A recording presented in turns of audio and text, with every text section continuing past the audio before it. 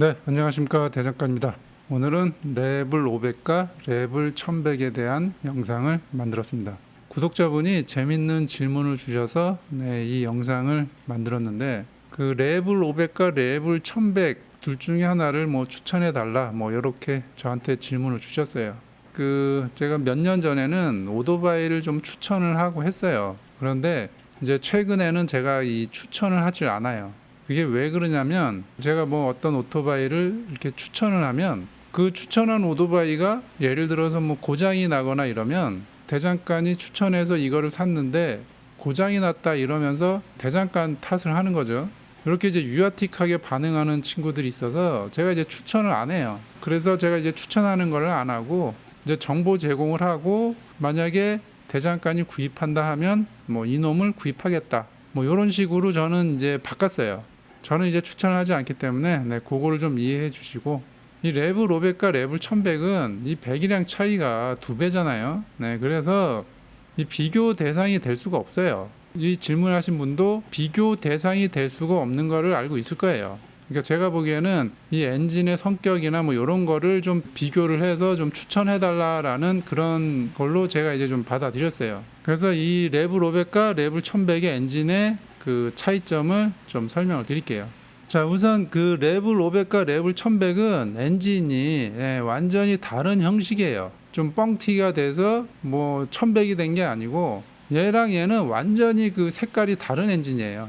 자, 우선 그 레벨 1100부터 좀 하나씩 알아보겠습니다. 레벨 1100에 들어간 엔진은 이 아프리카 트윈에 들어간 엔진이에요. 아프리카 트윈에서 사용했던 엔진인데, 요걸 이제 유니캠 엔진이라고 불러요. 그 아프리카 트윈 같은 경우는 이제 점프도 하고 해야 되니까 그 좀 가벼워야 되죠. 이 차량에는 이게 어울리는데, 이 차량의 엔진을 레벨 1100에 적용을 한 거예요. 근데 이 레벨 1100 같은 경우는 이제 크루즈 스타일인데, 여기에 조금 저는 어울리지 않다고 예전에도 한번 설명을 드린 적이 있는데, 여기 이제 유니캠 엔진의 핵심인 여기 위에 이제 밸브 구조인데, 여기를 좀 확대해서 보여드릴게요.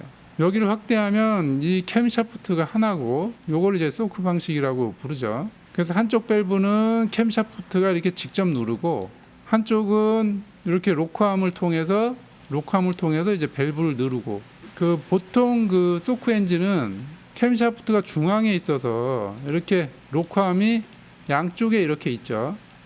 그래서 이렇게 밸브를 이렇게 누르는 구조인데, 이 유니캠은 한쪽은 도크 방식처럼 이게 직접 누르고, 한쪽은 이제 로크암 통해서 밸브를 누르는 거예요. 이 방식이 최근에 나온 건 아니고 자동차에서도 사용된 방식이에요. 그 유니캠 방식이 또 장점은 있는데, 지금 현재는 자동차에서는 이 유니캠 엔진을 사용하지 않아요. 그게 왜 그러냐면, 현재 자동차 같은 경우는 전부 가변 밸브가 장착되어 있기 때문에 다 도크 방식을 사용을 해요. 그래서 그 유니캠 엔진은 자동차에서 이제 거의 사용하지 않고, 특수한 경우에 몇몇 차는 사용할 수도 있겠죠. 대중적으로 지금 현재 도로에서 볼 수 있는 90%의 차는 다 도크 엔진으로 돼 있다. 반면에 이 레벨 500 엔진은 도크 방식이에요. 2기통이고 8밸브에 180도 크랭크를 가지고 있는 엔진입니다. 배기량이 여기 이제 471인데, 그 500급 시리즈에 들어가는 그 엔진은 다 이 엔진이 장착이 돼 있어요. 오히려 이 엔진이 완성도가 더 좋아요.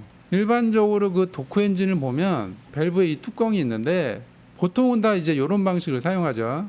이게 심 두께도 조정을 하는 경우도 있고, 이 안쪽에서 조정하는 경우도 있는데, 이 뚜껑이 이렇게 이제 달려 있으면 그 밸브 자체의 질량이 늘어나기 때문에 좀 움직임이 좋지는 않죠. 상하 운동을 반복적으로 하는 이런 부품들은 그 질량이 가벼울수록 좋아요. 그래서 레벨 500 같은 경우는 여기 이 뚜껑을 없애고 로크암을 이렇게 장착을 한 거거든요. 그래서 여기 그 레벨 500은 뚜껑이 없죠. 이 밸브의 무게가 여기 뚜껑 있는 것보다 얘가 더 가볍기 때문에 운동성이 얘가 좀 더 좋은 거죠. 그래서 혼다는 내부적으로 그래도 이런 하드웨어적인 업데이트를 꾸준히 이렇게 하고 있어요. 근데 이제 이 야마하 같은 경우는 TMX 보면 아직도 이 밸브를 뚜껑 방식을 채용하고 있거든요. 야마하보다는 혼다가 그래도 내부적으로 기술 업데이트를 좀 더 많이 한다. 이렇게 보시면 되겠습니다. 그래서 레벨 500은 도크 방식의 2기통 8밸브 180도 엔진인데, 요게 그 혼다의 500급 2기통 중에서는 그래도 어느 정도 완성도가 있는 엔진이다. 네, 이렇게 보시면 됩니다. 그런데 이제 좀 아쉬운 거는 온로드, 오프로드 상관없이 일괄적으로 전부 이 180도로 이제 채용이 돼 있기 때문에 그게 좀 아쉽죠. 이 엔진이 보그 있잖아요. 네, 론신의 이 보그의 500AC랑 같은 엔진이에요. 네. 보그에서는 또 개량을 했는데 뭐 어쨌거나 하드웨어적인 거는 네, 거의 뭐 99% 동일하기 때문에 그 혼다의 2통 엔진 중에서는 그나마 이 엔진이 좀 완성도가 있다. 네, 이렇게 보시면 되겠습니다. 그 참고로 그 소크 방식과 도크 방식의 이 출력 토크 곡선을 잠깐 보여드리겠는데 이게 뭐 모든 차가 그런 건 아닌데 그냥 참고 사항으로만 네, 보시면 됩니다. 여기 점선이 네, 소크 방식이에요. 보면 처음에 같이 시작하다가 RPM이 2000 넘어가면서부터 점점점 도크 방식이 토크가 많이 올라가죠. 이렇게 소크는 중속 넘어가면서부터 이제 떨어지죠. 그리고 출력도 꾸준하게 5000 RPM까지 쭉 이렇게 유지가 되잖아요. 근데 소크 방식은 조금 올라가다가 더 이상 올라가지 못하고 하락이 되죠. 그래서 그 소크 방식이 좀 저배기량에 조금 유리해요. 저속에 효율이 좋기 때문에 이제 아무래도 뭐 125나 300급 이런 데는 이제 그 소크 방식이 좀 유리한 거죠. 대신에 이제 도크 방식은 이제 중배기량, 고배기량에 좀 어울리는 네, 방식입니다. 보시다시피 중속, 고속에 올라가면 효율이 차이가 많이 나기 때문에 뭐 500급 이상 넘어가면은 이제 도크 방식을 해주는 게 좀 기계적으로 좀 무리도 안 가고 좀 좋다 이렇게 보시면 됩니다. 그래서 이 레블 500과 레블 1100에 대해서 좀 알아봤는데 이 레블 1100의 이 소크 유니캠 엔진은 레블 1100에 어울리지 않는 엔진이다. 그러니까 요런 그 아프리카 트윈 같은 경우 네, 여기에는 어울리는데 크루즈 형태의 오토바이에는 그닥 좀 어울리지 않는다. 네, 뭔가 그리고 좀 빈약해 보이고 이 육중한 몸의 이 헤드가 너무 빈약해 보이니까 좀 거시기하다. 그리고 이 미션도 이 DCT 미션 자체를 그렇게 제가 뭐 좋게 평가를 하지 않기 때문에 레블 1100 같은 경우는 그 제가 좋아하지 않는 두 가지 조건 유니캠 엔진에 뭐 DCT 미션까지 네, 요걸 다 가지고 있기 때문에 둘 중에 하나를 제가 구입을 한다 그러면 저는 네, 여기 레블 500을 구입을 하겠습니다.